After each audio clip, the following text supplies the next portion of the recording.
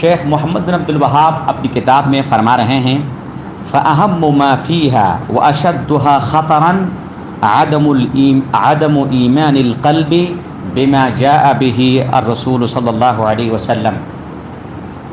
مسائل کو 1 2 3 4 کر کے شروع کرنے سے پہلے وہ اور ایک بات کہنا چاہ رہے ہیں۔ کہہ رہے ہیں کہ مسائل الجاہلیہ، جاہلیت کے جتنے مسائل ہیں ان میں سب سے زیادہ خطرناک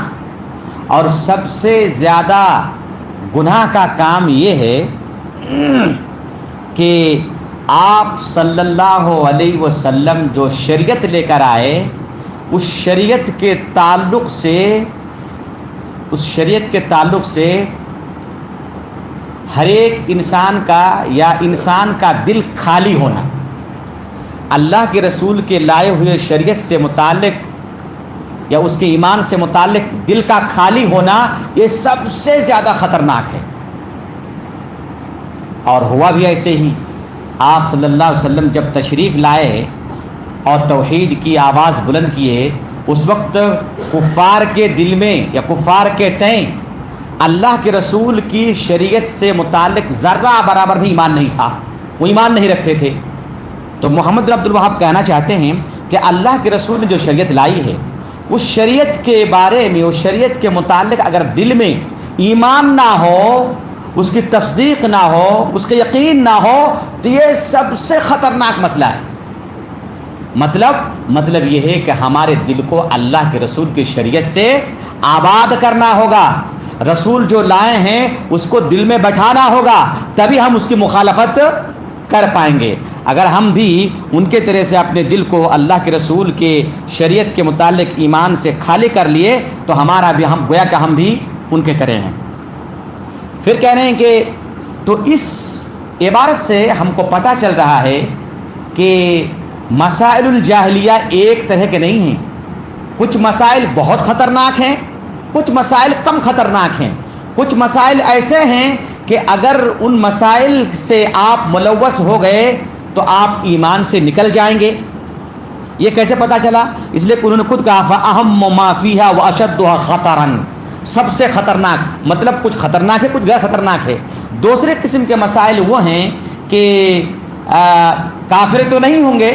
وہ سب کام کرنے سے کافر تو نہیں ہوں گے، لیکن آپ مرتکب کبیرہ کے ضرور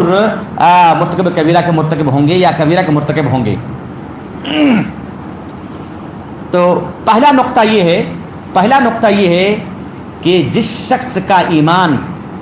اللہ کے رسول کے، جس شخص کا دل اللہ کے رسول کے ایمان سے خالی ہو،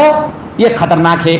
فَإِنْ انضاف إِلَى ذَلِكَ اسْتِحْسَانُ مَا عَلَيْهِ أَهْدُ الْجَاهِلِيَّةِ تمت الخسارہ،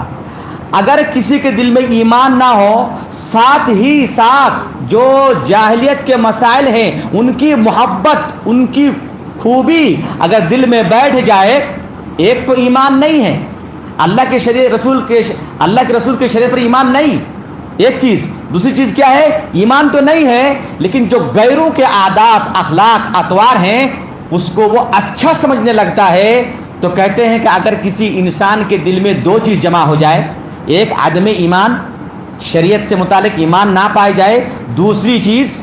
غیروں کے عقائد و افکار کا استحسان، خوبی، اچھائی دل میں بیٹھ جائے، تو محمد عبد الوہاب کہتے ہیں تمت الخسارہ، تو ایسے شخص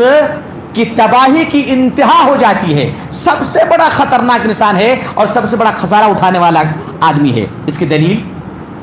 دلیل یہ ہے، اللہ نے فرمایا کما قال تعالی، جیسا کہ اللہ نے فرمایا والذین آمنوا بالباطل وکفروا باللہ اولئک هم الخاسرون۔ والذین آمنوا بالباطل، جو لوگ باطل پر ایمان لائے، باطل کو اچھا سمجھے، غیروں کے افکار کو اچھا سمجھے، غیروں کے عقائد کو اچھا سمجھے، ان کو جیسے آج کل ماحول میں چل رہا ہے کہ یہ اسلام کے احکامات ترقی کے ساتھ چلنے کے لائق نہیں ہیں، یہود و نصارہ جو قانون بنا رہے ہیں بہت اچھے ہیں۔ اگر کوئی شخص ایسا کہتا ہے تو قرآن کریم نے اس کے بارے میں کہا والذین آمنوا بالباطل، جو لوگ باطل پر ایمان لائے، باطل افکار کو اچھا جانے، ان کو بہتر سمجھے، وَكَفَرُوا بِاللَّهِ، اور ساتھ ساتھ اللہ کا انکار کرے، اللہ کے لائے ہوئے، اللہ کے دیے ہوئے شریعت کو انکار کرے، نبی کے شریعت کو انکار کرے، ایمان نہ لائے، دو چیز جمع ہو جائے، اولئک هم الخاسرون، حقیقت میں یہی لوگ سب سے زیادہ گھاٹا اٹھانے والے ہیں، گھاٹا اٹھانے والے ہیں۔ اگر کسی انسان کے دل میں ایمان نہ ہو تو یہ اس کو کہتے ہیں فساد القلب، دل کا بگاڑ، دل میں گڑبڑی۔ اور اگر ایمان نہ رائے، ساتھ ساتھ غیروں کے عقائد کو اچھا سمجھے، اس کو کہتے ہیں فساد الظاہر، یعنی اس کا ظاہر بھی